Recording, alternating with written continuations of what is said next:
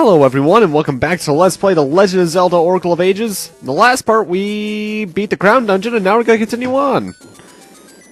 It's also we also got access to the eastern half of Rolling Ridges, which also turns out to be another populated area of it. Ooh, Maple, you got anything good for me?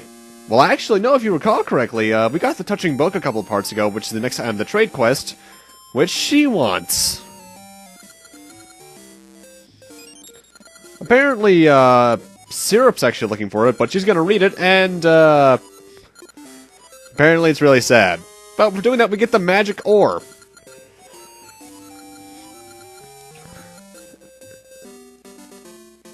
We can actually technically trade that in now. But I want to finish the next dungeon before continuing on. Because you actually can't finish the trade quest until what a lot of people refer to as Chapter 7, which is the section that follows the next dungeon. So, yeah.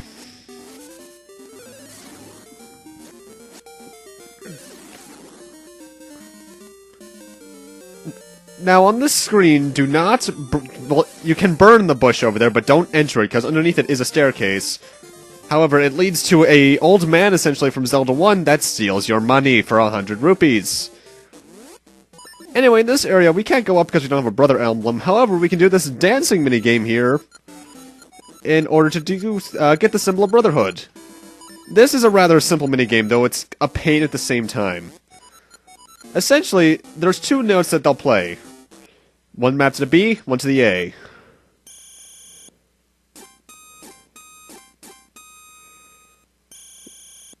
The ding sounds are the A button, whereas the duh sounds are the B button. Pretty much you have to mash the B button to get the multiple poses, and then for the little singing pose, just press A. It doesn't seem that hard, but the timing is actually really, really strict at times. So, be careful with that. This has a cousin in Oracle of Ages, which is much easier. Though, mind you, the required one right here isn't that hard at all, honestly. Because they want you to... well, actually, no, there's two required ones. Never mind. The first one is rather basic, though, because, you know, introductory stuff. Though it goes on for a bit too long, honestly, because I'm surprised we're still looking at it.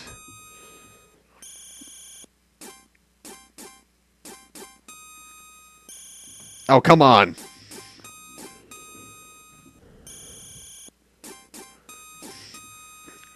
Now, you don't need to do them perfectly, or at least not the required ones. You just get 3 failures and then you're out. But, yeah, for doing that, we got the Symbol of Brotherhood, which means we can now explore the rest of this area of Rolling Ridge. By the way, that green guy, as far as I can recall, has nothing good to say as of the normal playthrough. But now that we have the Brother Emblem, we can pass by this guy. However, first he's going to ask if he can have something to eat, essentially. You are required to do that. In fact, this area is essentially nothing but a long and required trade quest. Kinda like, what's it called? The, well in Majora's Mask, actually, and, for those who have played Earthbound, the Monkey Cave, if that's what it was called. It's been forever since I played Earthbound, actually. I should go do that again.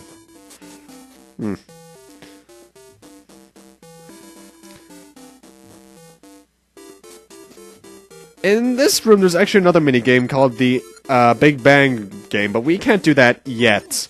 The guy wants an energy drink, which we don't have yet, so you can tell what's going to happen here.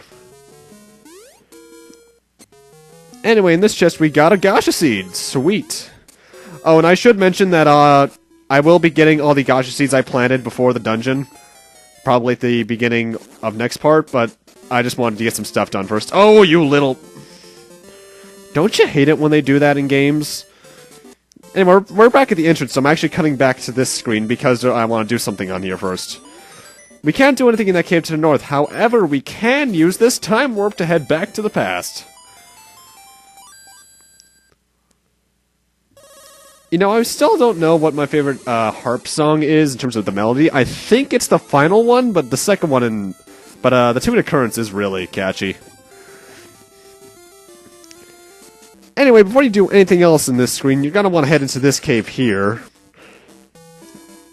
in order to not only get this treasure chest, but do some stuff further to the right as well.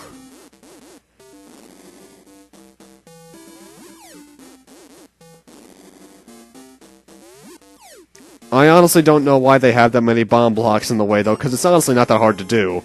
Though, admittedly, my bomb count is usually really low at this point.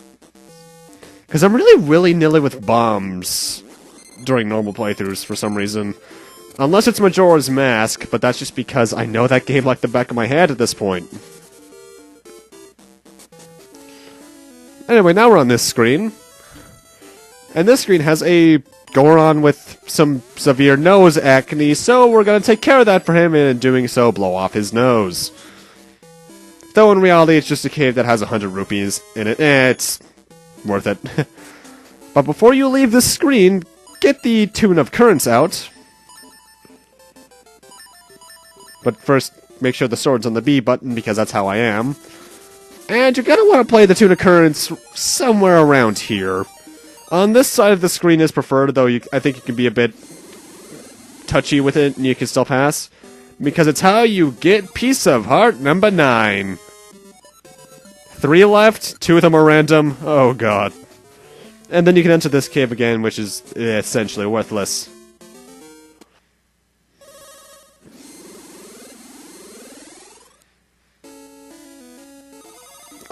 Also, if it's a temporary object like vases, pots, grass, etc., if you use the Tune of Currents in order to transfer to the past or present, it will get out of your way, thankfully.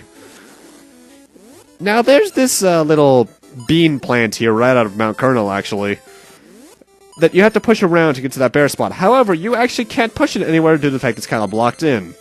So, the switch hook is going to be needed to do this. And we're already done in the past. I am not even kidding. I always find it weird how certain Zelda games that involve time travel or seasonal travel or etc. or whatever they use do it for random, just small bursts. Like, I think Four Swords Adventure did that. By the way, Gosh of Soil right there. That's rather hidden.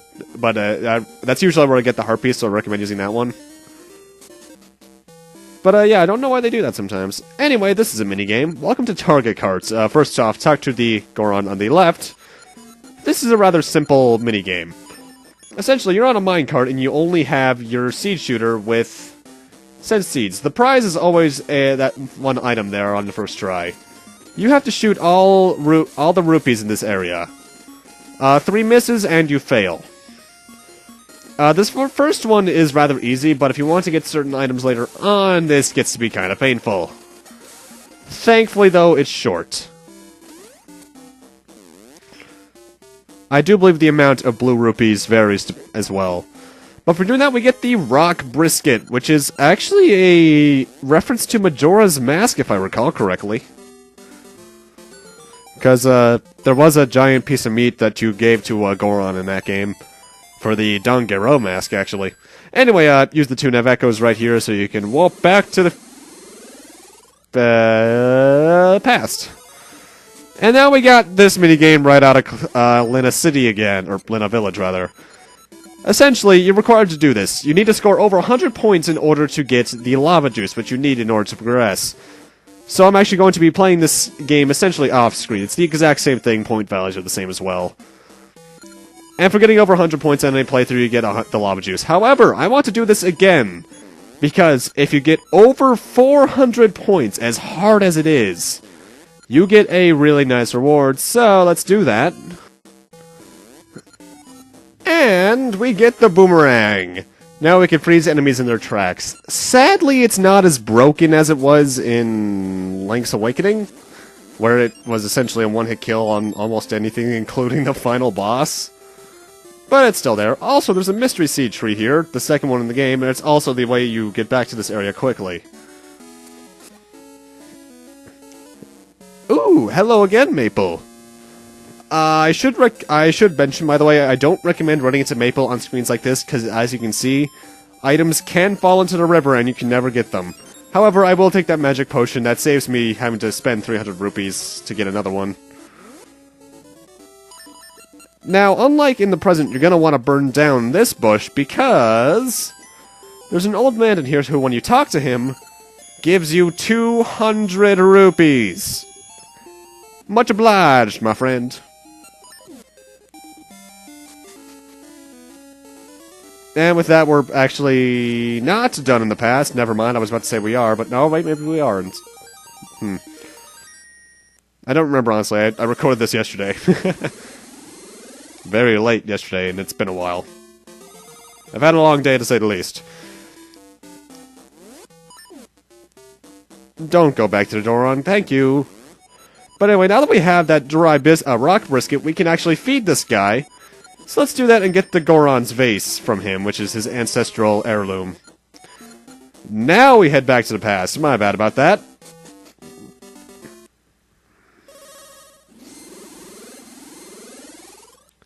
And as you might have realized, if you entered this place already, there is another Goron here who essentially he wants to protect this place, and he's going to want to give his descendants something a meeting. So we're going to give him the Goron vase, which is the family heirloom that his ancestor had, so therefore we got another time loop going on where we gave them their ancestral heirloom, which they gave to us to give to the past, and oh, my head again. Also, the dancing game's here, but you're not required to do it yet, so don't. I did do the lowest ranking one, because once you beat the required one, the two of them actually have 3 ranks. Bronze, silver, gold for the present, and platinum, gold, silver for the past. And I did the silver, and I got 50 rupees. Anyway, this is something I don't like. They never quite point out to you you can do that, but for doing it, you get 100 rupees. I honestly don't remember ever having this much money before in one of these playthroughs. I remember Seasons having a lot of money, but not this one. Anyway, we're done up here, so we're actually going to warp back to the mystery tree earlier in the area. And, travel back to the present. Also, that cave up to the north of where I am right now, that's a Great Fairy's Fountain if you need to be healed.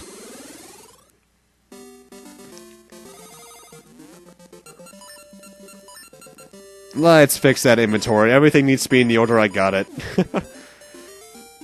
Inventory is like the one thing I'm always OCD about in games. Things need to be in the order I got them. Anyway, I completely skipped over it, but for giving that guy the Goron vase, we got the Goron Aid, which is an energy drink. You might recall that this guy up here was looking for an energy drink, even though I never talked to him, I read his sign. I should recommend getting the Rock's Feather and the Pegasus Seeds out. Essentially, this guy, he's going to give us a free try at his game, which is called the Big Bang game, if I recall correctly. And our prize is a key, which we want. The way this game works is that you're on this room, which is constantly shifting sand, and bombs come out at you. If you get hit by one of their explosions, which is really hard to do later on, because there is a lot of bombs, you lose. You need to do this perfect. And as you can see, that's kind of hard to do, so I recommend using Pegasus Seeds to move twice as fast and resist the currents of the sand in the jump in order to avoid the explosions. It's nothing too hard, but it can be annoying. But for doing that, we got the Old Mermaid Key. But with that, I'm going to need to end this off here. Thank you guys for watching, and in part 14, we shall be continuing on here in Rolling Ridge. Probably heading into the dungeon, but doing some other quick little stuff first. Also, I should mention, the Big Bang game. You can do that again for extra rewards, but none of them are worth it at this point. In fact, you could do the same with the dancing game. Like, I know you can get a Gacha Seed and some magic rings from that, but yeah. See you guys then.